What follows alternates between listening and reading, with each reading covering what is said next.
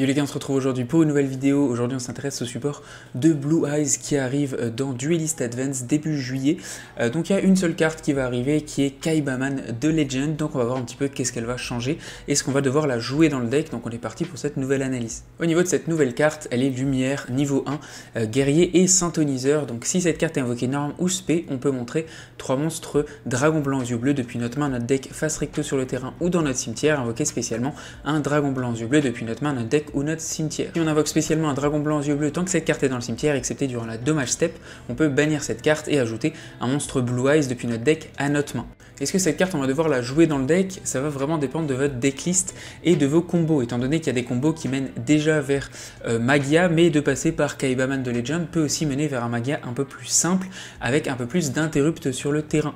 Au niveau de ses mauvais côtés, c'est qu'on peut potentiellement la toucher en main et qu'elle mène pas forcément à grand chose.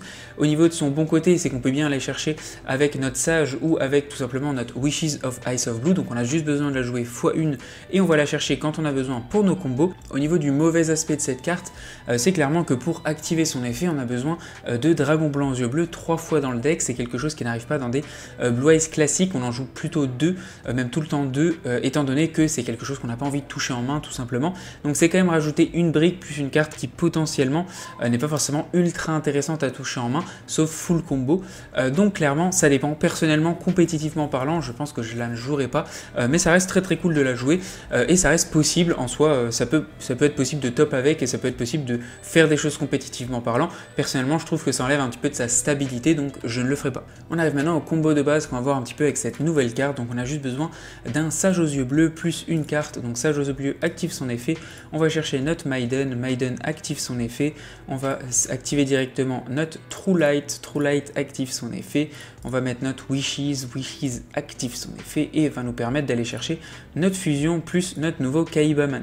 Derrière ça, on va pouvoir directement passer par notre Link avec notre Sage. Effet de notre Link, on va chercher le terrain à la main et on va l'activer directement. Derrière le terrain nous permet d'invoquer normalement notre Kaibaman. Kaibaman active son effet, on montre bien nos 3 dragons blancs et on en invoque un sur le terrain. Derrière ça, on va activer notre magie dans le cimetière, target notre dragon blanc et on va pouvoir l'équiper du dragon ultime pour ensuite faire notre fusion Magia. On va ensuite passer sur un Spirit avec ces deux-là, comme ceci. Derrière de notre Spirit que je préfère activer maintenant pour faire directement notre Ultimate Spirit sur le terrain.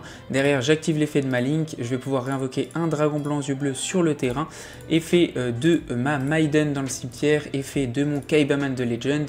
Donc Kaibaman me donne accès à mon Chaos Max et derrière ma Maiden se réinvoque spécialement. On va ensuite activer directement la fusion, on va pouvoir faire notre Magia avec notre Chaos Max de la main, notre monstre fusion du cimetière, l'invoquer directement sur le terrain et ensuite on va pouvoir passer directement sur notre deuxième Spirit. Spirit va pouvoir réactiver son effet, on l'envoie au cimetière et on va faire notre Crimson. Crimson, si vous jouez la magie, potentiellement vous pouvez faire un Spirit de plus parce que vous allez réinvoquer un monstre, plus derrière, effet de Maiden avec le terrain, vous pouvez potentiellement avoir une interrupt de plus. Personnellement, c'est encore une fois une chose que je n'aime pas trop parce que ça déstabilise un petit peu le deck.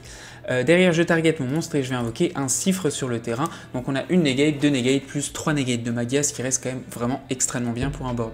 Ma conclusion sur cette nouvelle carte, c'est clairement une carte que je trouve extrêmement cool niveau nostalgie. Elle est jouable, elle est franchement plutôt utile. Elle peut être jouée dans les decklists. Je trouve que personnellement, juste compétitivement parlant, je trouve pas ça très intéressant, mais elle reste quand même forte et c'est toujours possible de top avec. Donc voilà, je trouve que c'est une excellente carte de nostalgie qui reste jouable. Donc clairement, je suis assez fan. Merci en tout cas d'avoir regardé. N'hésitez pas à me donner votre avis. Ciao, ciao, à plus.